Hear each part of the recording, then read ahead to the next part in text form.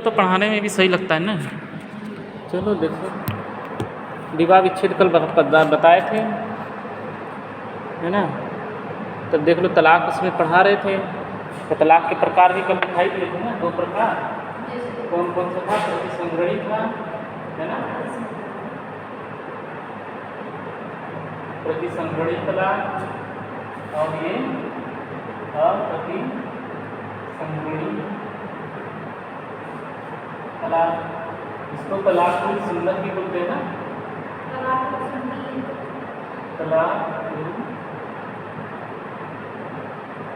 सुन्नत, या इसको तलाक राजिब भी बोला जाता है, ठीक है।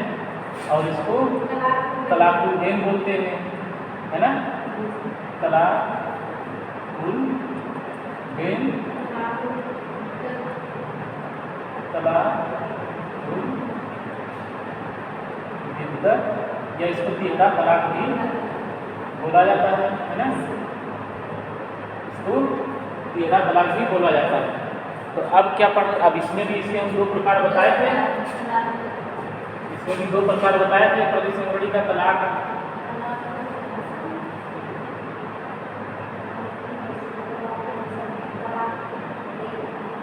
तलाक अलहसन और तलाक हसन, है ना। हाँ, ये हो गया,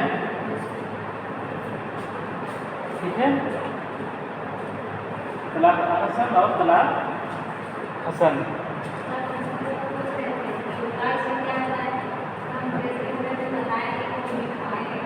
हाँ, अच्छा, चलो ये हो गया ना। तो ये क्या है? प्रतिसंहरणीय तलाक। प्रतिसंहरणीय मतलब रिवोकेबल तलाक, है ना। इस्लाम के अंतर्गत, मुस्लिम विधि के अंतर्गत क्या है, ये जो प्रतिसंहरणीय तलाक है, इसको तलाकुल सुन्नत भी बोलते हैं। तलाकुल सुन्नत क्यों बोलते हैं? क्योंकि यह मोहम्मद साहब की, पैगंबर जो मोहम्मद साहब थे, है ना, जो पैगंबर मोहम्मद साहब थे, वह उनकी सुन्नत पर या सुन्ना पर आधारित है। मोहम्मद साहब ने केवल इसी तलाक का ही अनुमोदन किया था, ठीक है। यह जो तलाक है प्रतिसंहरणीय तलाक, इसको प्रतिसंहरणीय तलाक या तलाक सुन्नत भी बोलते हैं।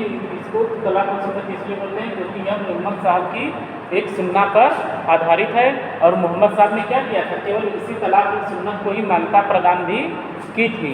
जहाँ तक हम प्रतिसंहरणीय तलाक है, इसको मोहम्मद साहब ने इसका कभी भी अनुमोदन नहीं किया था, है ना। मोहम्मद साहब ने अप्रतिसंहरणीय तलाक का कभी अनुमोदन नहीं किया। उन्होंने केवल किसका अनुमोदन किया था? प्रतिसंहरणीय तलाक का। वो भी अनुमोदन किस लिए किया? इसको मान्यता क्यों दी? क्योंकि प्रतिसंहरणीय तलाक, यही देखो इसके नाम से ही है, यानी कि एक बार तलाक का शब्द उच्चारित करने के बाद भी इसमें एक संभावना रहती है कि तलाक वापस, उस तलाक को वापस लिया जा सकता है, ठीक है। तलाक इसमें क्या है? अप्रतिसंहरणीय तलाक में क्या होता है कि एक बार यदि तलाक शब्द उच्चारित कर दिया गया तो तलाक तुरंत प्रभावी हो जाता है, वो वापस नहीं हो सकता।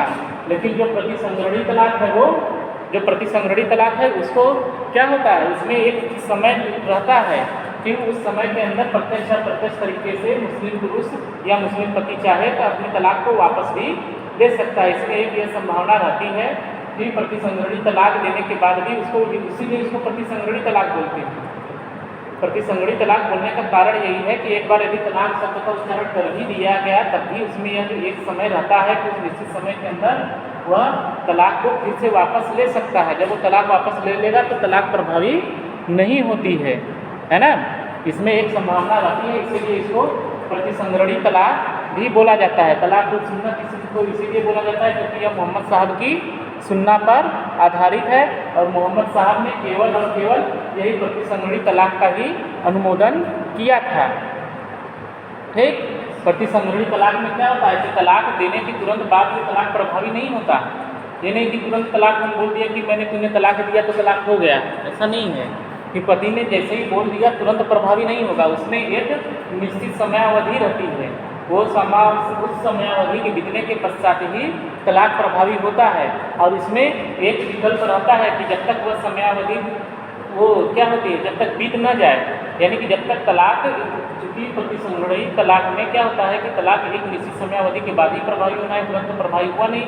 तो जब तक तलाक प्रभावी हुआ नहीं है तब तक का जो समय है उस समय के पहले क्या है, या उस समय के दौरान मुस्लिम पति क्या कर सकता है, तलाक वापस भी ले सकता है। तभी तो यह प्रतिसंहरणीय तलाक है कि एक बार तलाक बोलने के बाद भी तलाक वापस हो सकता है। और ठीक है ना, वो तलाक क्या कर सकती है, वापस हो सकती है। उसमें यह एक संभावना रहती है, क्योंकि जो तलाक है वह जब प्रभावी होगी तब ना उसको प्रतिसंहरणीय तब उसको हम वापस नहीं ले सकते। ठीक है, जब तलाक क्या है प्रभावी हो जाएगी तब वो वापस नहीं हो सकती, लेकिन जब तक तलाक प्रभावी नहीं हुई है तब तक उसको वापस लिया जा सकता है। तो जो प्रतिसंहरणीय तलाक है, क्योंकि इसमें तलाक शब्द का उच्चारण भले ही कर दिया गया हो लेकिन वह तुरंत प्रभावी नहीं होता, वह एक कुछ निश्चित समयावधि बीतने के बाद ही प्रभावी होता है। तो जब तक वह प्रभावी नहीं हुआ है तो निश्चित समयावधि, उस समयावधि के दौरान मुस्लिम पति चाहे तो उसको वापस ले सकता है, वहाँ पर यह संभावना बनी रहती है। इसीलिए यह तलाक देने का अच्छा तरीका भी माना जाता है, और इसीलिए मोहम्मद साहब ने प्रतिसंहरणीय तलाक का अनुमोदन भी किया कि ठीक है, यदि जो तलाक दिया जा रहा है वह प्रतिसंहरणीय तलाक है तब तो वो मान्य होगा। और उसको मान्यता देने का कारण यही था कि इसमें क्या है, दोनों पक्षकारों के बीच में वो समझौता होने की गुंजाइश रहती है ना। एक क्योंकि तलाक तुरंत प्रभावी हुआ नहीं कि तलाक शब्द बोल दिए तो तुरंत प्रभावी हो गया, तुरंत प्रभावी हुआ नहीं, जब वो प्रभावी होगा तब वापस नहीं होगा ना। तो जब तक बोलने के बाद भी यदि प्रभावी नहीं हुआ है तो तब तक तो तलाक वापस हो सकता है, पति पत्नी में समझौता होने की गुंजाइश रहती है। ठीक है, यदि समझौता हो गया, पति चाहे तो तलाक वापस ले ले तो फिर उसके बाद वह तलाक फिर प्रभावी नहीं होगा, है ना। तो इसलिए इसको प्रतिसंहरणीय तलाक भी बोला जाता है। यह जो प्रतिसंहरणीय तलाक है यह सुन्नी और शिया दोनों विधियों में मान्य है। किसमें मान्य है, सुन्नी विधि और शिया विधि दोनों में मान्य है। ठीक है,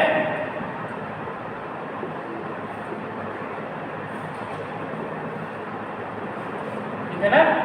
ये जो प्रतिसंहरणीय तलाक है यह सुन्नी विधि और शिया विधि दोनों विधियों में ही मान्य होता है। दोनों ही विधियों ने अपने यहाँ प्रतिसंहरणीय तलाक को मान्यता दी है, और मान्यता देने का कारण यही है क्योंकि इसका अनुमोदन मोहम्मद साहब ने खुद किया था। जब ये अनुमोदन मोहम्मद साहब ने कर दिया तो ये मोहम्मद साहब की क्या हो गई, सुन्ना हो गई, है ना। तो ये जो प्रतिसंहरणीय तलाक है यह मोहम्मद साहब की सुन्ना पर आधारित भी है, और इसीलिए सुन्नी और शिया दोनों विधियों के अंतर्गत प्रतिसंहरणीय तलाक मान्य है। प्रतिसंहरणीय तलाक का मतलब यही होता है कि एक बार तलाक देने के बाद वह तलाक तुरंत प्रभावी नहीं होता, कुछ निश्चित समयावधि बीतने के पश्चात ही वह प्रभावी होता है। और तब तक जब तक वह प्रभावी नहीं हुआ है, जो एक निश्चित समयावधि के बाद वह प्रभावी होना, उस निश्चित समयावधि में क्या रहता है, एक गुंजाइश रहती है कि पति पत्नी के बीच में समझौता हो सके, और पति चाहे तो वह तलाक को वापस भी ले सकता है तलाक के प्रभावी होने से पहले। लेकिन जैसे ही वह निश्चित समयावधि बीत गई, ठीक है, एक निश्चित समयावधि के बाद जो तलाक प्रभावी होना है वो बीत गई और उसको मुस्लिम पुरुष ने वापस नहीं लिया, और यदि तलाक फिर क्या हो गई, प्रभावी हो गई, तो एक बार यदि तलाक प्रभावी हो गया तो अब उसको वापस नहीं लिया जा सकता, है ना।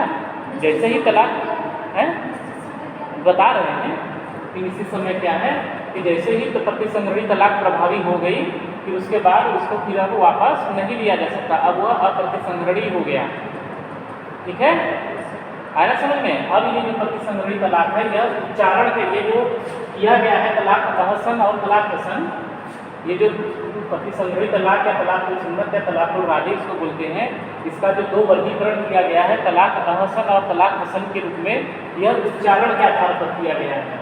किस आधार पर, यह उच्चारण के आधार पर तलाक अहसन और तलाक हसन बनाया गया है, उच्चारण के आधार पर। तो अब देखो सबसे पहले तलाक अहसन, है ना। तलाक अहसन क्या होता है, तलाक अहसन तलाक देने का सबसे अच्छा तरीका माना जाता है। ठीक है, ये जो तलाक अहसन है, तलाक अहसन तलाक देने का सबसे अच्छा तरीका माना जाता है। ठीक, ये ध्यान रखना, ये जो वर्गीकरण किया गया है प्रतिसंहरणीय तलाक या तलाक सुन्नत का जो ये वर्गीकरण किया गया तलाक अहसन और तलाक हसन, यह कैसे किया गया है, इसके तलाक के शब्द को उच्चारण करने के आधार पर। कि तलाक शब्द को कैसे बोला जा रहा है, कैसे उच्चारित किया गया है, उसके आधार पर ये प्रतिसंहरणीय तलाक दो प्रकार के हो गए, तलाक अहसन और तलाक हसन। ठीक, अब तलाक अहसन को तलाक देने का सबसे अच्छा तरीका माना जाता है। अब सबसे अच्छा तरीका मानने का कारण क्या है? क्योंकि इसमें क्या होता है, तलाक शब्द का उच्चारण केवल एक बार करना पड़ता है ना। तलाक शब्द का उच्चारण केवल एक बार, ठीक है। जो तलाक शब्द का उच्चारण है वह केवल एक बार करना पड़ता है। जैसे कि मुस्लिम पति क्या करेगा कि वह कहेगा एक ही बार में बोलेगा कि मैंने तुम्हें तलाक दिया, अपनी पत्नी को बोल दिया कि मैंने तुम्हें तलाक दिया, एक बार बोल दिया। फिर बोलने के बाद क्या होता है, तलाक शब्द जैसे उसने बोल दिया कि मैंने तुम्हें तलाक दिया या मैंने तुम्हें तलाक हसन दिया, इसका मतलब है कि जैसे वो बोला उच्चारण उसको केवल एक बार करना है। फिर उसके बाद क्या होगा, फिर उसको 3 महीने तक वेट करना पड़ेगा, है ना। 3 माह, यदि पत्नी को मासिक धर्म हो रहे हैं, है ना,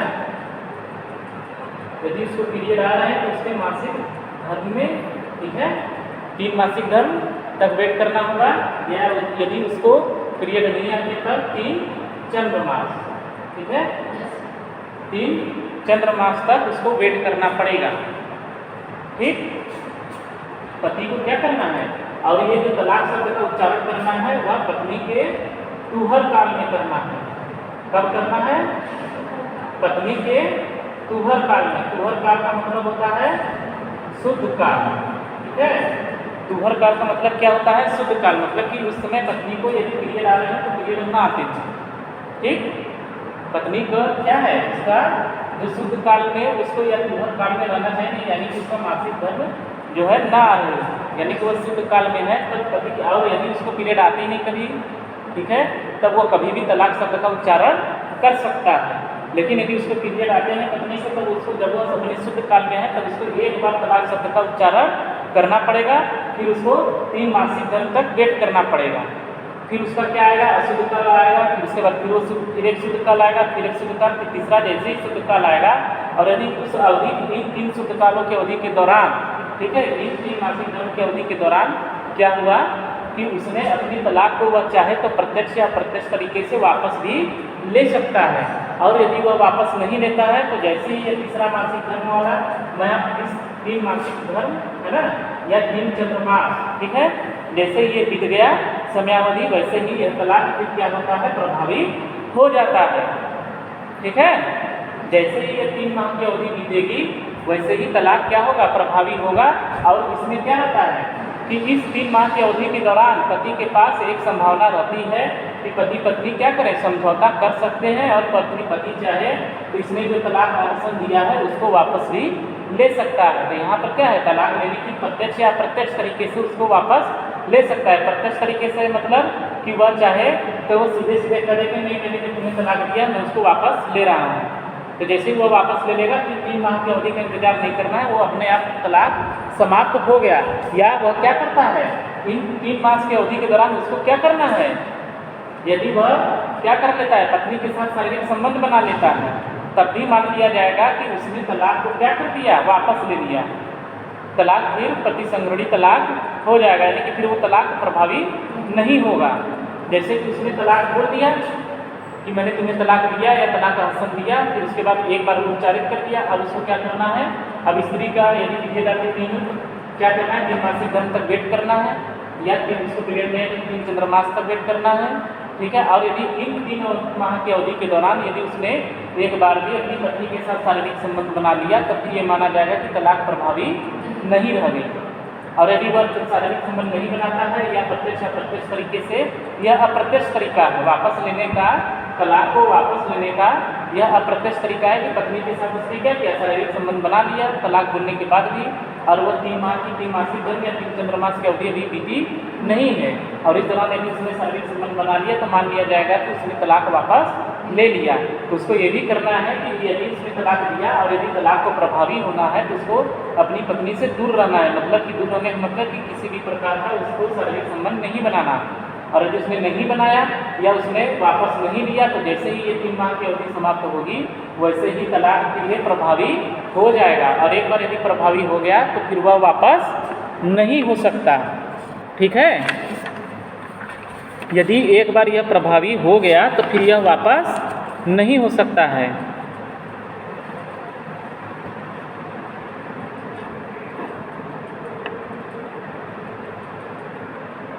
ठीक है,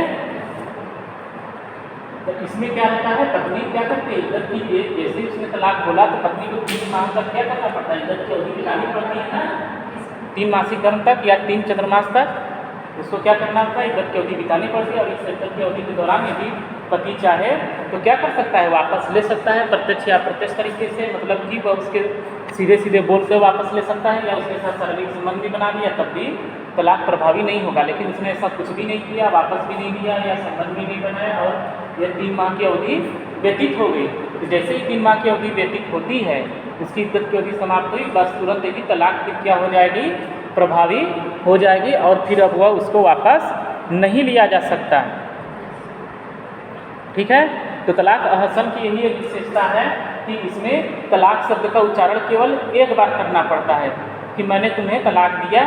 ठीक है, एक बार कर दिया तो इसीलिए एक बार करना पड़ता है। इसीलिए इसको क्या कहा गया कि तलाक, जैसे जो तलाक शब्द को इस्लाम में सबसे तुच्छ माना गया है, तो तलाक जैसे तुच्छ शब्द को केवल एक बार उच्चारित करना पड़ता है, इसीलिए यह तलाक देने का सबसे अच्छा तरीका माना जाता है कि तलाक जैसे निर्दिष्ट वो तुच्छ शब्दों को क्या करना है, एक बार ही केवल पति को बोलना पड़ता है।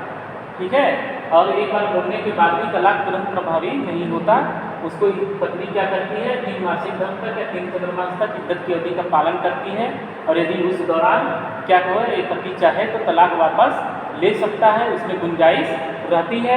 और यदि वो शारीरिक संबंध बना लिया तब भी वह वापस हो जाता है और यदि वह ऐसा कुछ भी नहीं किया तो जैसे ही उसकी 3 माह की जो इद्दत की अवधि है वह समाप्त होती है वैसे ही ये जो तलाक अहसन है वह प्रभावी हो जाती है और पूर्ण हो जाती है और एक बार प्रभावी और पूर्ण होने के बाद अब वह वापस नहीं हो सकती। ठीक है,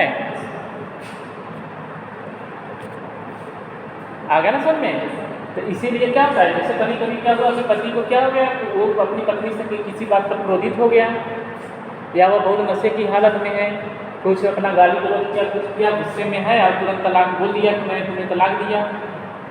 ठीक है, या मैंने तुम्हें वो हसन तलाक दिया, उसने बोल दिया, तो भी इसमें एक ये संभावना रहती है ना कि 3 महीने बाद वो प्रभावी होगी, तब तक पति का हो सकता है गुस्सा ठंडा हो जाए या जो भी उसको गुस्सा है या क्रोध है उसका खत्म हो जाए, तब उसके पास एक गुंजाइश रहती है कि वह उसको वापस ले सकता है ना।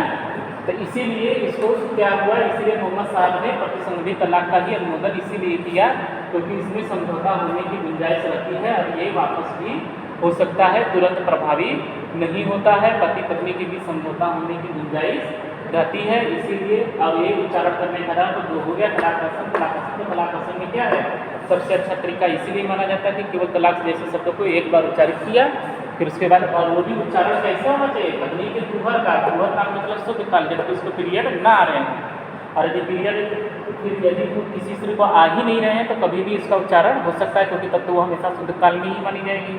और फिर यदि उसको पीरियड आ रहा है 3 मासिक धर्म तक और नहीं आते हैं तो 3 चंद्रमास तक उसको क्या करना है, इद्दत की अवधि का पालन करना है। और इस अवधि के दौरान पति के पास ये विकल्प है कि वह चाहे तो अपने तलाक को प्रत्यक्ष या अप्रत्यक्ष तरीके से वापस ले सकता है ना।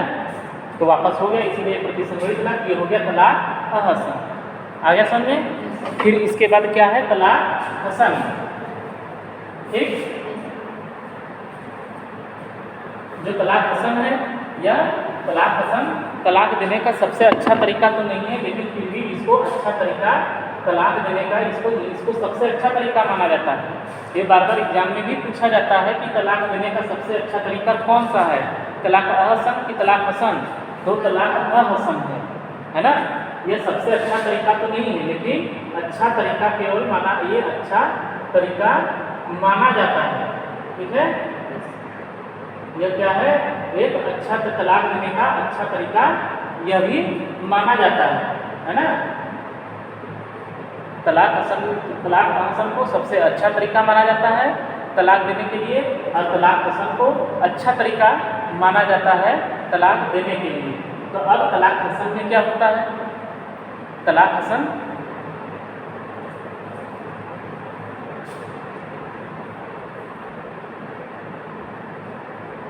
में क्या था? इसको अच्छा सबसे पहले ये है कि इसको अच्छा तरीका क्यों माना जाता है? तो अच्छा तरीका इसलिए माना जाता है क्योंकि इसमें भी समझौता होने की गुंजाइश रहती है। ठीक है, समझौता होने की क्या है? गुंजाइश रहती है। ठीक है, और अच्छा तरीका इसलिए भी माना जाता है। सबसे अच्छा तरीका क्यों नहीं माना जाता? केवल अच्छा तरीका क्यों माना जाता है? क्योंकि इसमें तलाक जैसे शब्द को क्या करना है? तलाक शब्द को क्या करना है? 3 बार, है ना, 3 बार उच्चारित करना पड़ता है।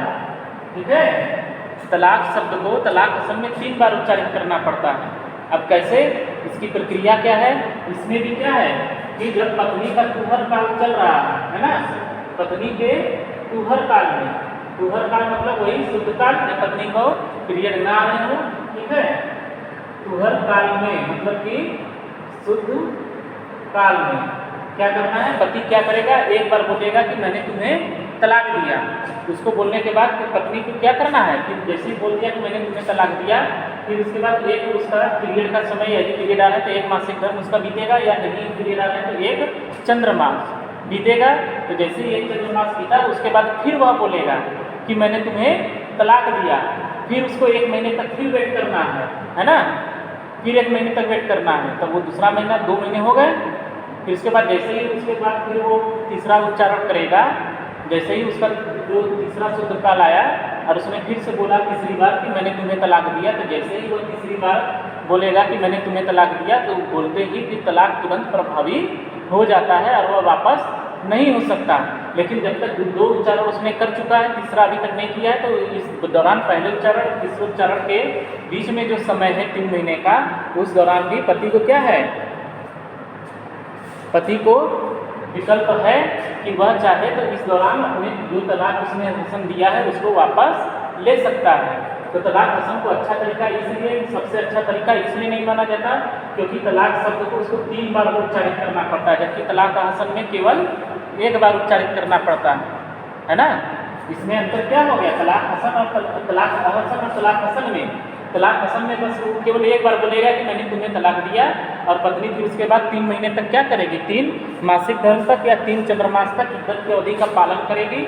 और उसको अब एक बार भी पति को क्या करना है? तलाक शब्द का उच्चारण अब नहीं करना है। इसमें तलाक अहसन में वो क्या करती है? 3 मासिक धर्म तक या 3 चंद्रमास तक उसको क्या करना है? इद्दत की अवधि का पालन करना है। और इस बीच यदि पति ने तलाक को वापस ले लिया प्रत्यक्ष या अप्रत्यक्ष तरीके से, तो तलाक वापस हो जाएगा, और यदि नहीं लिया तो तलाक पूर्ण एवं प्रभावी होगा। जबकि तलाक हसन को सबसे अच्छा तरीका तलाक देने का नहीं माना जाता। न मानने का सबसे अच्छा तरीका क्यों नहीं है? क्योंकि इसमें तलाक जैसे शब्द को 3 बार उच्चारित करना पड़ता है, हर महीने में 1-1 बार। ठीक है, हर महीने में उसको 1-1 बार तलाक जैसे शब्द को उच्चारित करना पड़ेगा। जैसे कि जब पत्नी शुद्ध काल में है तो उसने 1 बार उच्चारित किया कि मैंने तुम्हें तलाक दिया। अब उसको क्या करना है? 1 मासिक धर्म या 1 चंद्रमास तक वेट करना है। फिर उसके बाद फिर जब उसका दूसरा शुद्ध काल आएगा पत्नी का, तो दूसरे शुद्ध काल में पति फिर उच्चारित करेगा कि मैंने तुम्हें तलाक दिया। ठीक है, फिर उसके बाद जब उसका फिर से तीसरा जब शुद्ध काल आएगा, तो तीसरे शुद्ध काल में पति फिर बोलेगा कि मैंने तुम्हें तलाक दिया। और जैसे ही पति ने तीसरे शुद्ध काल में उसने तीसरा तलाक शब्द का उच्चारण किया कि मैंने तुम्हें तलाक दिया, जैसे ही तीसरी बार बोला, वैसे ही यह तलाक क्या है? तुरंत प्रभावी हो जाती है। अब उसकी तीसरी बार उच्चारित करने के बाद तलाक वापस नहीं हो सकता। लेकिन फिर भी इसमें क्या है? हर एक बार उसको संभावना रहती है कि जो उसने उच्चारण किया है उस उच्चारण को वह वापस फिर से ले सकता है। ठीक है, अब जैसे कि मान लो कि ए है, ए और बी है, पति पत्नी है। ए ने क्या किया? बी के पत्नी के शुद्ध काल में उसने कहा कि मैंने तुम्हें तलाक दिया या मैंने तुम्हें हसन तलाक दिया। ठीक है, उसने बोल दिया। तो हसन तलाक में 3 बार उच्चारित करना है। अब उसने दूसरा अभी नहीं बोला, दूसरे शुद्ध काल में नहीं बोला, और उसने क्या किया? उसके साथ शारीरिक संबंध फिर भी बना दिया। तब ये जो उसने उच्चारण किया था वह वापस हो गया। अब यदि फिर उसके बाद फिर दूसरा शुद्ध काल जब पत्नी का आया तो उसने फिर बोला कि मैंने तुम्हें तलाक दिया, तो वो दूसरा उच्चारण नहीं माना जाएगा, वो पहला ही उच्चारण माना जाएगा, क्योंकि पहला वाला उच्चारण उसने किया, फिर उस 1 महीने की अवधि के दौरान उसने जैसे ही शारीरिक संबंध बनाया वह वापस हो गया ना। जब वो वापस हो गया मतलब कि वह वहीं समाप्त हो गया। अब यदि 1 महीने के बाद फिर वह दूसरा उच्चारण करता है कि मैंने तुम्हें तलाक दिया, तो दूसरा उच्चारण न माना जा करके पहला उच्चारण ही माना जाएगा। अब ये भी हो सकता है कि पति ने क्या कहा कि मैंने तुम्हें हसन तलाक दिया, एक बार बोल दिया, फिर पत्नी का शुद्ध काल है, दूसरा शुद्ध काल आया, दूसरे शुद्ध काल में भी पति ने क्या किया, यह बोल दिया कि मैंने तुम्हें तलाक दिया, ठीक है, दूसरे शुद्ध काल में भी बोला, और दूसरे शुद्ध काल तक उसने अपने तलाक जो उसने उच्चारित किया था उसको वापस नहीं दिया, और तीसरा शुद्ध काल आने से पहले ही उसने फिर क्या कर दिया, वापस ले लिया, तलाक हसन को वापस ले लिया, या उसने पत्नी के साथ शारीरिक संबंध बना लिया, तब उसने जो 2 उच्चारण किया था अब वह निष्प्रभावी हो गई, ठीक है, वह क्या हो गई, निष्प्रभावी हो गई। अब वह तलाक फिर प्रभावी नहीं होगा।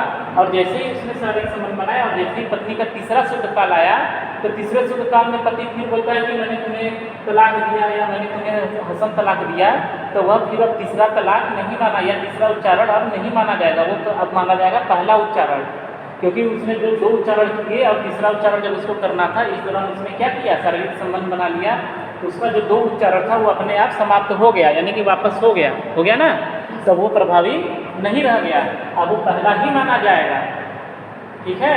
तो इसमें भी क्या होता है, तलाक हसन में इसको सबसे अच्छा तरीका इसीलिए नहीं माना जाता क्योंकि इसमें क्या रहता है, तलाक जैसे शब्द को 3 बार उच्चारित करना पड़ता है, जैसे तीसरा उच्चारण को होता है वैसे ही तलाक हसन पूरी हो जाती है।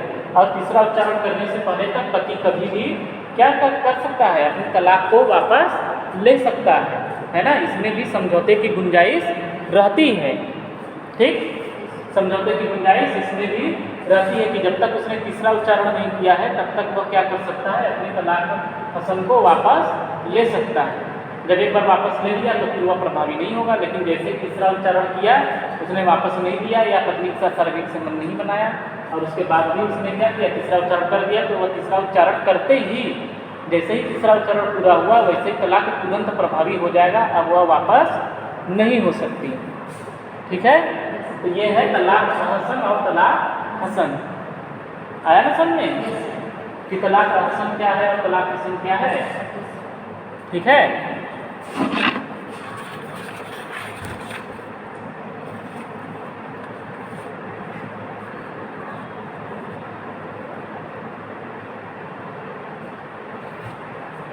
आ गया ना, तो ये हो गया तलाक, एक प्रतिसंग्रही तलाक या तलाक हसन और तलाक हसन, ठीक, आया ना समझिए। चलो अब देखो क्या है कि अप्रतिसंग्रही तलाक, ठीक है, अप्रतिसंग्रही तलाक या बेन तलाक या तलाकुल बिद्दत या तिहरा तलाक या ट्रिपल तलाक, ठीक। ये अप्रतिसंग्रही तलाक का मतलब क्या होता है कि इसमें क्या होता है, जैसे ही पति अपनी पत्नी को अप्रतिसंग्रही तलाक देता है, इसमें जैसे ही तलाक शब्द को 3 बार उच्चारित किया तलाक तुरंत ही प्रभावी हो जाता है, यानी कि एक बार यदि इसमें तलाक अप्रतिसंग्रही तलाक दे दिया गया तो अब वह वापस नहीं हो सकता है, वो तुरंत प्रभावी होता है। तभी तो ये ट्रिपल तलाक है कि उसने बोल दिया कि मैंने तुम्हें तलाक दिया, मैंने तुम्हें तलाक दिया, मैंने तुम्हें तलाक दिया, तलाक सबको एक ही बार में एक ही सांस में 3 बार बोल दिया। जैसे बता रहे हैं कि उसने कहा कि मैंने तुम्हें तलाक दिया, मैंने तुम्हें तलाक दिया, मैंने तुम्हें तलाक दिया, इतना लंबा भी बोलने की जरूरत नहीं है, वो केवल ये भी कर बोल सकता है कि मैंने तुम्हें बेन तलाक दिया या मैंने तुम्हें क्या किया, तिहरा तलाक दिया, बस इतना भी बोल दिया, तभी ये क्या माना जाएगा कि यह अप्रतिसंग्रही तलाक हो गया। और जैसे ही बोला बस तुरंत ऑन द स्पॉट वहीं पर तलाक प्रभावी हो गई, अब यह वापस नहीं हो सकती। अप्रतिसंग्रही तलाक इसीलिए इसको कहा जाता है क्योंकि इसमें समझौता होने की कोई गुंजाइश नहीं है ना, समझौता होने की कोई गुंजाइश नहीं रहती है, ठीक है। ठीक, तलाक जैसे ही अब ये ट्रिपल तलाक दिया गया वह तुरंत प्रभावी हो जाती है, क्योंकि वह प्रभावी तुरंत होती है ना, तो जैसे ही प्रभावी हो गई तो वह जैसे उसने तीसरा उच्चारण किया वह तो तुरंत प्रभावी हो गई, अब इसीलिए जब तुरंत प्रभावी हो गई तो वह वापस नहीं हो सकती। लेकिन जो प्रतिसंहरणीय तलाक है वह प्रभावी कब होती है? एक बार, जैसे कि हसन तलाक है तो एक बार उच्चारण किया तो 3 महीने बाद ही प्रभावी होगी ना। जब इसमें भी यही है तो इसमें भी वही चीज़ कि यदि तलाक प्रभावी हो गई तो अब वह वापस नहीं हो सकती। तो बस इसमें और उसमें अंतर क्या है कि इसमें जैसे ही उसने वो तीन बार तलाक शब्द का उच्चारण किया वैसे ही तुरंत ये प्रभावी हो जाती है। और जबकि प्रतिसंहरणीय तलाक में क्या होता है, वह 3 महीने के बाद प्रभावी होती है। तो जब वह प्रभावी होना है तो ये जो 3 महीने की अवधि है उसमें प्रतिसंहरणीय तलाक में समझौता होने की गुंजाइश रहती है, या पति को पश्चाताप करने का अवसर रहता है कि वह उसको वापस ले सकता है। लेकिन इसमें कोई समय नहीं होता ना, इसमें किसी भी प्रकार का कोई समय नहीं होता और यह तलाक तुरंत प्रभावी हो जाता है। तो जब प्रभावी हो गया तो वापस तो नहीं ना हो सकता। ये इसमें भी यही है, इसमें भी यदि तलाक प्रभावी हो गया, यदि प्रतिसंहरणीय तलाक भले ही हो, लेकिन यदि वह एक बार प्रभावी हो गया तो वह वापस नहीं हो सकता। बस दोनों में अंतर यही है कि यह प्रभावी 3 महीने के बाद होता है और यह तुरंत होता है। तो ये जब 3 महीने बाद प्रभावी होगा तो जब तक प्रभावी नहीं हुआ तब तक तो वापस हो ही सकता है। लेकिन ये जैसे ही तुरंत प्रभावी हो गया तो वापस तो नहीं हो सकता। इसमें भी वही है कि इसमें भी यदि एक बार ये प्रभावी हो गया तो ये भी वापस नहीं हो सकता। ठीक है, तो बस दोनों में अंतर यही है कि इसमें 3 महीने का समय रहता है प्रभावी होने के लिए। तो वो उस 3 महीने के दौरान पति क्या कर सकता है, इसको वापस ले सकता है। लेकिन इसमें वापस होने की या समझौता होने की कोई गुंजाइश नहीं रहती, इसीलिए इसको अप्रतिसंहरणीय तलाक कहा जाता है। ठीक, ये भी ध्यान रखना कि मोहम्मद साहब ने जो अप्रतिसंहरणीय तलाक का कभी भी अनुमोदन नहीं किया। मोहम्मद साहब ने केवल प्रतिसंहरणीय तलाक का ही अनुमोदन किया है, इसीलिए इसको तो मोहम्मद साहब की सुन्ना भी माना जाता है, क्योंकि उन्होंने उसका अनुमोदन किया है। उन्होंने कहा कि नहीं, यदि तलाक देना ही है तो वो प्रतिसंहरणीय तलाक ही मान्य होगा, अप्रतिसंहरणीय तलाक मान्य नहीं होगा। और ये जो अप्रतिसंहरणीय तलाक है मोहम्मद साहब के जीवन काल में प्रचलन में भी नहीं था। इस प्रकार का तलाक जब तक मोहम्मद साहब जिंदा रहे तब तक उनके जीवन काल में इस प्रकार का कोई भी तलाक प्रभाव में नहीं आया था, न तो प्रचलन में था। यह कब आया, मोहम्मद साहब जब उनकी डेथ हो गई, उनके डेथ होने के ही 2-3 मतलब कि कई वर्षों के बाद आया, जबकि अरब में उमैयद राजाओं का शासनकाल आया है ना। उमैयद राजाओं का जब शासनकाल आया तो उन्होंने उमैयद राजाओं ने क्या किया, यह तलाक प्रचलन में लाया। ठीक है,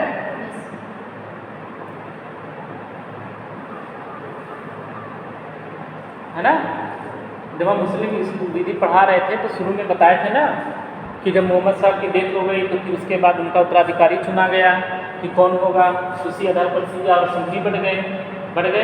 तो जो सिया हुए उसमें अली बने पहले इमाम, फिर उनके बाद उनका पुत्र जो हसन हुसैन हुए, हसन हुसैन को मार दिया गया।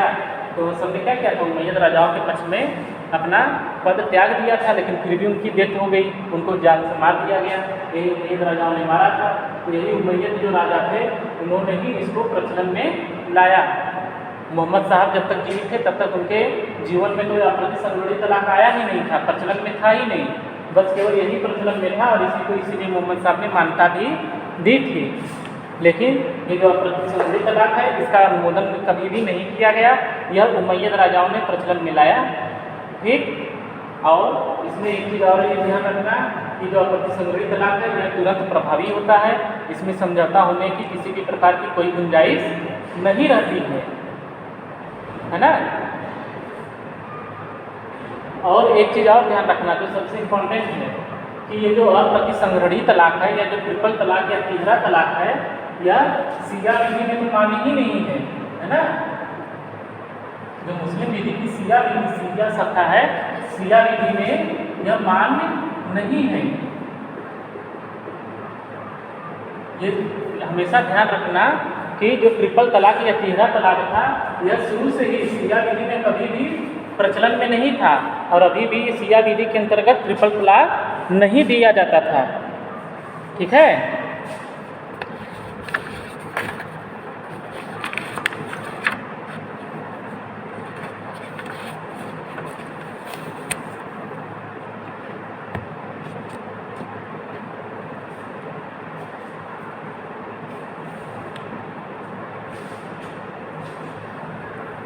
ये केवल किसमें मान्य है? सुन्नी में मान्य है।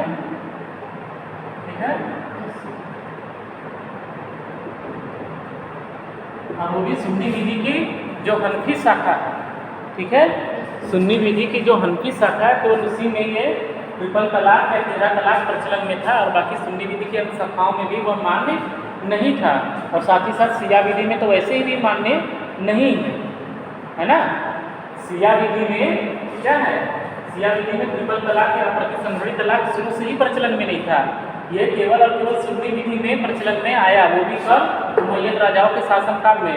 मोहम्मद साहब के जीवन काल में तो वैसे भी ये प्रचलन में नहीं था। तो ये हमेशा ध्यान रखना कि ये बार बार पूछा जाता है कि जो आप प्रतिसंहरणीय तलाक या 13 तलाक है, क्या वो शिया विधि में भी मान्य है? तो शिया विधि में मान्य नहीं है। ठीक है, यह केवल सुन्नी विधि की हनफी शाखा में मान्य है ना। अब ये प्रतिसंहरणीय तलाक समझिए कि क्या होता है कि जैसे ही एक बार तलाक दे दिया गया, यह तुरंत प्रभावी हो जाता है, इसमें समझौता होने की कोई गुंजाइश नहीं रहती, यह कभी भी वापस नहीं हो सकता है ना। अब इसकी क्या औपचारिकता है? जैसे 13 तलाक दिया कब जाता है? जैसे कि जब पत्नी शुद्ध काल में हो। ठीक है, पत्नी के शुद्ध काल या इसी को तुहर काल भी बोलते हैं, तुहर काल भी बोलते हैं ना। शुद्ध काल या तुहर काल का मतलब समझिए कि पत्नी को यानी उस समय पीरियड न रहे हों, ठीक है, उसको मासिक धर्म ना रहे हों, तब ऐसी स्थिति में क्या है? जब पत्नी शुद्ध काल में रहती है, तब पति क्या करता है? तलाक शब्द को 3 बार उच्चारित करता है। ठीक है, तलाक शब्द को एक बार में, तलाक शब्द को एक ही बार में, तलाक शब्द को क्या करता है? 3 बार उच्चारित करता है कि मैंने तुम्हें तलाक दिया, मैंने तुम्हें तलाक दिया, मैंने तुम्हें तलाक दिया। ठीक है, वह यह भी उच्चारित कर सकता है या यह भी कर सकता है कि मैंने तुम्हें तिहरा तलाक दिया या मैंने तुम्हें बेन तलाक दिया। इतना भी बोल देगा तब भी यह मान लिया जाएगा कि हाँ तलाक हो गया है और वह वापस नहीं। और इसमें ये है कि जैसे इसने ये बोला, यह तलाक क्या होता है? तुरंत प्रभावी हो जाता है। इसमें क्या होता है? एक ही बार में तलाक की 3 घोषणाएं एक साथ कर दी जाती हैं। एक बार में तलाक की क्या है? हमने बोला ना कि तलाक शब्द को 3 बार उच्चारित करता है। तो 3 बार उच्चारित करने का मतलब है एक ही बार में क्या होता है? वह उच्चारित कर देता है। ठीक है, ये नहीं कि एक अभी सब बोले कि मैंने तुम्हें तलाक दिया, फिर वह 2 घंटे बाद बोले कि मैंने तुम्हें तलाक दिया, फिर 2-3 घंटे बाद या 24 घंटे बाद बोले मैंने तुम्हें तलाक दिया, तब ये ट्रिपल तलाक नहीं माना जाएगा। ठीक है, वह एक ही बार में एक साथ 3 तलाक बोलेगा, है ना। एक बार में, एक ही बार में क्या करेगा? 3 तलाक को एक ही साथ बोल देगा। ये नहीं कि उसमें अंतरालों पर बोले कि मैंने तुम्हें तलाक दिया, तो अब ये नहीं कि 1-2 घंटे बाद बोले, यानी कि फिर उसको तुरंत बोलना कि मैंने तुम्हें तलाक दिया, मैंने तुम्हें तलाक दिया, मैंने तुम्हें तलाक दिया। या वह यह भी कर सकता है कि मैंने तुम्हें तिहरा तलाक दिया, तब भी ये मान्य हो जाएगा, है ना।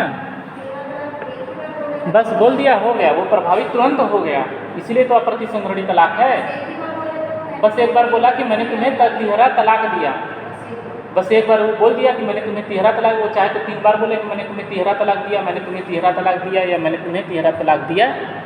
ये 3 बार ऐसे ऐसे बोल दिया तब भी वह प्रभावी हो गया। या मैंने तुम्हें तलाक दिया, मैंने तुम्हें तलाक दिया, मैंने तुम्हें तलाक दिया, ये भी प्रभावी माना जाता है। ठीक है, बस इसमें यह रहता है कि जब वो ये इन शब्दों को उच्चारित करता है तो उसको बस उसका मंतव्य या उसका आशय स्पष्ट होना चाहिए कि हाँ वह तलाक देना चाह रहा है। वह केवल एक बार ये उच्चारित कर दे कि मैंने तुम्हें तिहरा तलाक दिया तो भी मान्य है। बस जैसे उसने ये बोला कि मैंने तुम्हें तिहरा तलाक दिया, ये मान्य है। बस उसका यह जो तिहरा तलाक बोलने का आशय है कि मेरा तलाक हो जाए, तो उसका आशय स्पष्ट रहना चाहिए, है ना।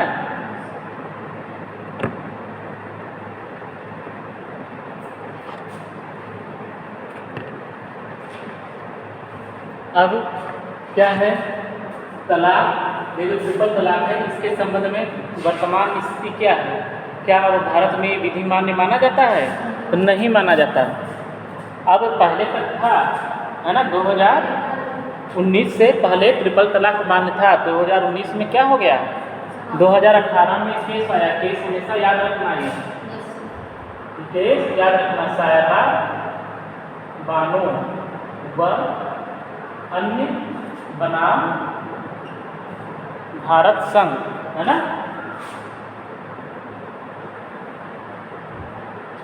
सायरा बानो व अन्य बनाम भारत संघ, यह मुकदमा कब आया था? 2018 में, जिसमें कि उच्चतम न्यायालय की संवैधानिक पीठ में कितने जज होते हैं? 5 जज होते हैं, ठीक है। 5 जजों ने इसकी, उच्चतम न्यायालय के 5 जजों ने इसकी सुनवाई की और उन्होंने 3 लोग के बहुमत से, यानी कि 3 लोग किसके पक्ष में थे? तलाक को समाप्त, ट्रिपल तलाक को समाप्त करने के पक्ष में थे, और 2 लोग समाप्त करने के पक्ष में नहीं थे। लेकिन बहुमत जहाँ रहेगा निर्णय वही मान्य होगा, ठीक है। तो संवैधानिक पीठ ने क्या किया? 13 तलाक को अविधिमान्य घोषित कर दिया, ठीक है। तो क्या कर दिया? अविधिमान्य घोषित कर दिया। इस केस में ये जरूर लिखना, जब यदि वह प्रतिसंहरणीय तलाक पूछता है, ठीक है, क्या प्रतिसंहरणीय तलाक क्या होता है, या तलाकुल बैन क्या होता है, तलाकुल बिद्दत क्या होता है, या 13 तलाक क्या होता है, तो तुमको इसके बारे में जितना पता है वो तो लिखना ही है। फिर उसके बाद उसको क्या लिखना है? 13 तलाक के संबंध में वर्तमान स्थिति क्या है भारत में।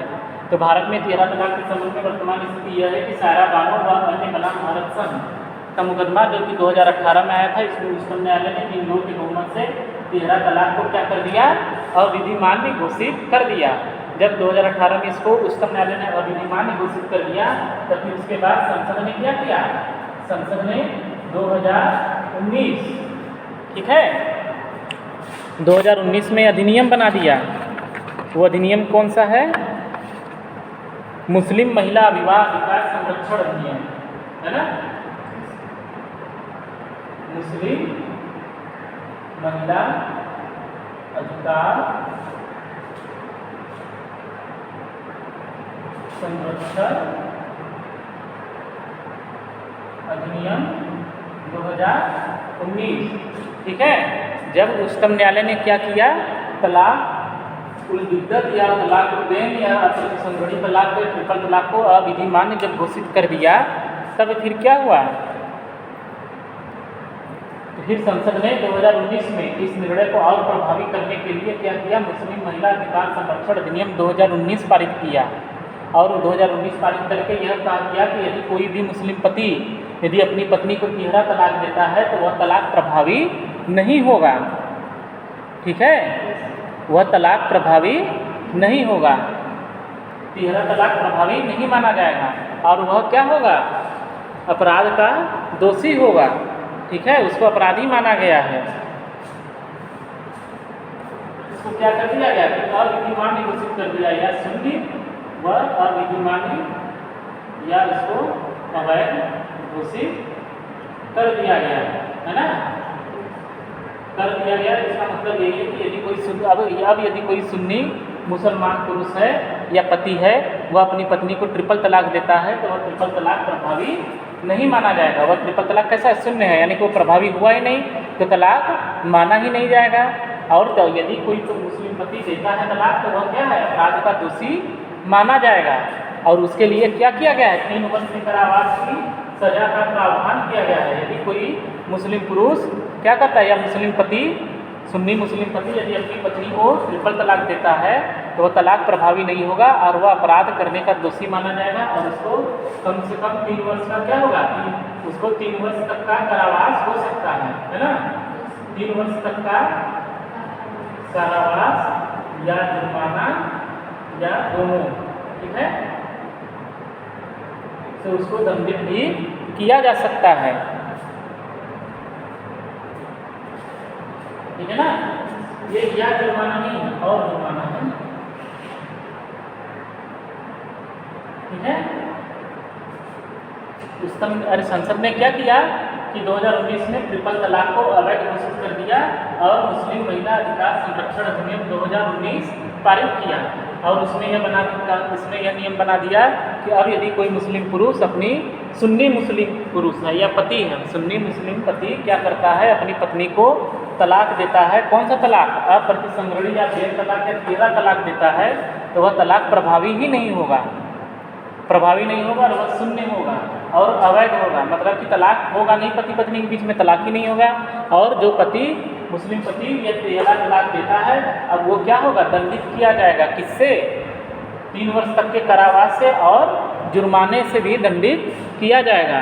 साथ ही साथ इस अधिनियम की धारा 7 में भी ये प्रावधान कर दिया गया कि दंड प्रक्रिया संहिता में किसी विभाग के होते हुए क्या माना जाएगा, जो व्यक्ति या जो मुस्लिम पति तलाक दे रहा है वह जो अपराध किया है ट्रिपल तलाक देने का, वह कैसा माना जाएगा, संज्ञेय और अजमानती, है ना, संज्ञेय और अजमानती अपराध माना गया है।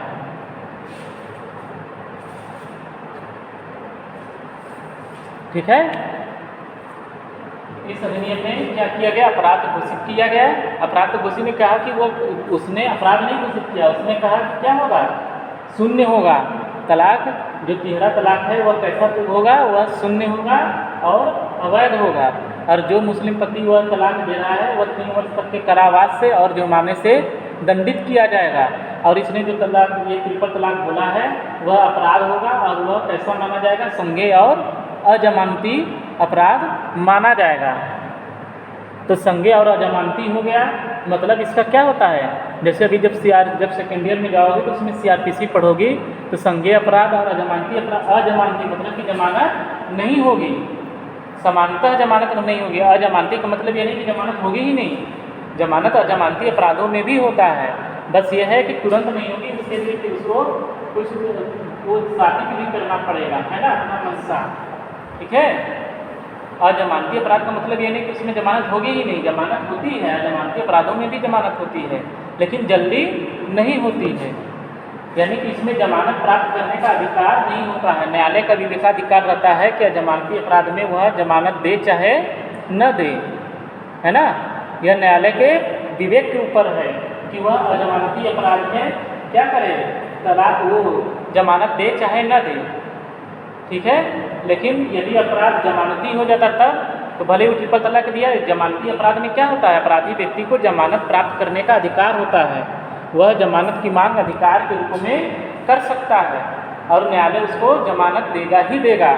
यदि कोई भी अपराध ऐसा है जिसको कि दंड प्रक्रिया संहिता के अंतर्गत जमानती घोषित कर दिया गया है, तो उस जमानती अपराध में क्या होगा, अपराधी को जमानत मिलेगा ही मिलेगा, न्यायालय जमानत देने के लिए बाध्य है। यदि अपराध कैसा है, जमानती है ना, लेकिन यदि अपराध कैसा है, अजमानती है, तब अजमानती अपराधों में जो अपराधी व्यक्ति है वह जमानत की मांग अधिकार के रूप में नहीं कर सकता, वह केवल प्रार्थना कर सकता है जमानत की। अब न्यायालय के विवेक के ऊपर है वह जमानत दे चाहे ना दे। और यह जो संसद ने अधिनियम बनाया, मुस्लिम महिला अधिकार संरक्षण अधिनियम 2019, इसके द्वारा ट्रिपल तलाक जो भी मुस्लिम पति दे रहा है उसको क्या किया गया कि यदि वह बोल रहा है तो उसको अपराध घोषित किया गया। वह भी अपराध कैसा, अजमानती, मतलब कि मुस्लिम पति अधिकार के रूप में जमानत की मांग नहीं कर सकता। यह न्यायालय के विवेक के ऊपर है कि वह उसे जमानत दे चाहे ना दे। साथ ही साथ न्यायालय ने कहा कि अपराध कैसा होगा, संज्ञेय होगा। संज्ञेय अपराध का मतलब कि गंभीर प्रकृति का माना जाएगा और संज्ञेय अपराधों में क्या हो सकता है, FIR भी हो सकती है। जबकि यदि इसको असंज्ञेय घोषित कर देता तब असंज्ञेय अपराध कम गंभीर प्रकृति के होते हैं और इसमें FIR नहीं होती। ठीक है, इसमें FIR नहीं होती, लेकिन इसमें FIR भी हो सकती है। इसीलिए न्यायालय ने क्या किया, इसको गंभीर प्रकृति का, या संसद ने क्या किया, अधिनियम के अंतर्गत ट्रिपल तलाक को क्या किया गया, गंभीर प्रकृति का अपराध घोषित किया और साथ ही साथ अजमानती भी घोषित कर दिया। तो वर्तमान स्थिति भारत में ट्रिपल तलाक के संबंध में यही है कि अब यह ट्रिपल तलाक भारत में प्रभावी नहीं है। जो भी देता है तो ट्रिपल तलाक वह प्रभावी नहीं होता, वह अवैध और शून्य माना जाता है। और जो भी मुस्लिम पति ने दिया है उसको 3 वर्ष तक के कारावास से और जुर्माने से भी दंडित किए जाने का इस अधिनियम में प्रावधान भी किया गया। और साथ ही साथ अधिनियम ने क्या किया कि तिहरा तलाक जो दे रहा है उसको, उसके द्वारा उसको अपराध घोषित करके, कौन सा अपराध घोषित किया, संज्ञेय और अजमानती अपराध घोषित कर दिया गया। तो वर्तमान स्थिति यही है। ठीक है, तो ये केस याद रखना, सायरा बानो बनाम भारत संघ 2018 मोस्ट इम्पॉर्टेंट है। और साथ ही साथ यह अधिनियम, ठीक है, मुस्लिम महिला अधिकार संरक्षण अधिनियम 2019, ये भी मोस्ट इम्पॉर्टेंट, ये भी याद रखना कि यदि एग्जाम में ये 20 नंबर का क्वेश्चन आया अप्रतिसंगठित तलाक के बारे में, कि तुम्हें अप्रतिसंहरणीय तलाक का सब कुछ लिखना है ना, कि अप्रतिसंहरणीय तलाक होता क्या है, यह मान्य किस में है, सुन्नी सिया दोनों में मान्य है या केवल सुन्नी में मान्य है। तुमने बताया कि केवल सुन्नी विधि में मान्य है, सिया में वैसे भी मान्य नहीं है।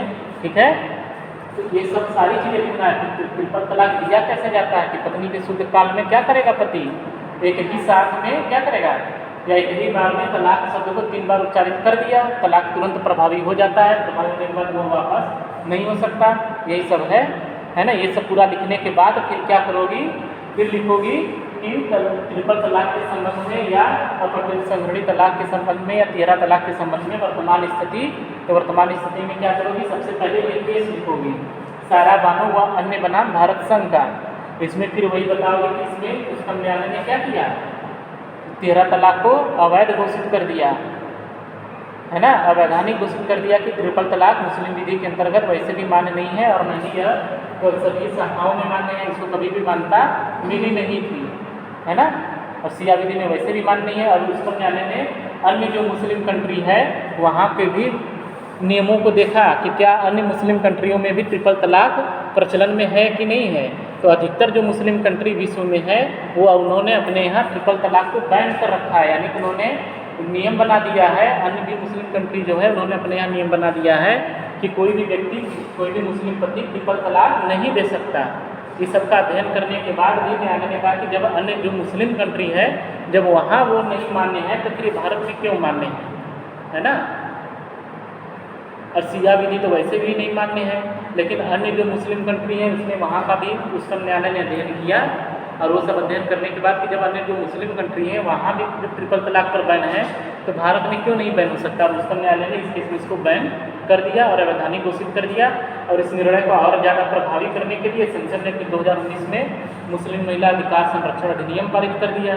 इस अधिनियम में इतना जरूर लिख देना कि ट्रिपल तलाक को शून्य एवं अवैध घोषित किया गया है और उसके लिए 3 वर्ष तक क्या कारावास और जुर्माने का प्रावधान भी किया गया है कि यदि कोई मुस्लिम पति देता है ट्रिपल तलाक तो उसको 3 वर्ष तक का कारावास और जुर्माना भी मिलेगा। और साथ ही साथ अधिनियम ने क्या किया, ट्रिपल तलाक को संज्ञेय और जमानती अपराध भी घोषित कर रखा है। ठीक है, तो वर्तमान स्थिति यही है। इतना सब लिखोगी तो 20 नंबर में अच्छा मिलेगा नंबर। ठीक, तो जब भी यदि ट्रिपल तलाक के बारे में यदि आएगा तो तुम्हें ये लिखना ही लिखना है, सारा बानो का केस और ये मुस्लिम महिला अधिकार संरक्षण अधिनियम 2019 और जितना भी बताए हैं वो सब इतना लिखोगे तो पेज तो भर ही जाएगा, 4-5 है ना, 4-5 पेज इसमें भर जाएगा तुम्हारा आराम से, काम खत्म। और अच्छा नंबर भी मिलेगा। जब वर्तमान स्थिति में ये सब लिखोगे भी तो हाँ तक एग्जामिनर भी जब देखेगा चेक करेगा तब वो जानेगा कि नहीं हाँ इसमें सही लिखा। अब अगर करते हो अप्रतिसंहरणीय तलाक ली थी इसके बारे में लिखी ही नहीं हो तब अच्छा नंबर नहीं मिलेगा ना। ठीक है, इसको जानती रहो, इसको लिखना। अब कल पढ़ाएंगे इला जिहार खुला मुबारक। ठीक है, कल हम इला जिहार, इला और जिहार के माध्यम से पति ही देता है तो अभी तो हम तुम्हें यही तो पढ़ा रहे हैं, पति के द्वारा विवाह विच्छेद। तो पति विवाह विच्छेद कैसे कर सकता है, तलाक के द्वारा कर सकता है, ये तलाक पूरा पढ़ा दिए। फिर इला के द्वारा कर सकता है, वो कल पढ़ाएंगे। इला और जिहार के माध्यम से भी कर सकता है, वो कल पढ़ाएंगे। और पत्नी, हमने बताया ना कि पत्नी भी तलाक ले सकती है या विवाह विच्छेदित कर सकती है, तो उसके लिए भी 3 चीज़ है कि वो खुला और मुबारक के माध्यम से तलाक ले सकती है या मुस्लिम महिला विवाह विच्छेद अधिनियम 1939 में बना है। ठीक है, मुस्लिम महिला विवाह विच्छेद अधिनियम 1939 बना है, उसके अधिनियम उसकी धारा 2 के अंतर्गत भी केवल पत्नी क्या कर सकते हैं, न्यायालय के माध्यम से अपना विवाह विच्छेदित करा सकती है।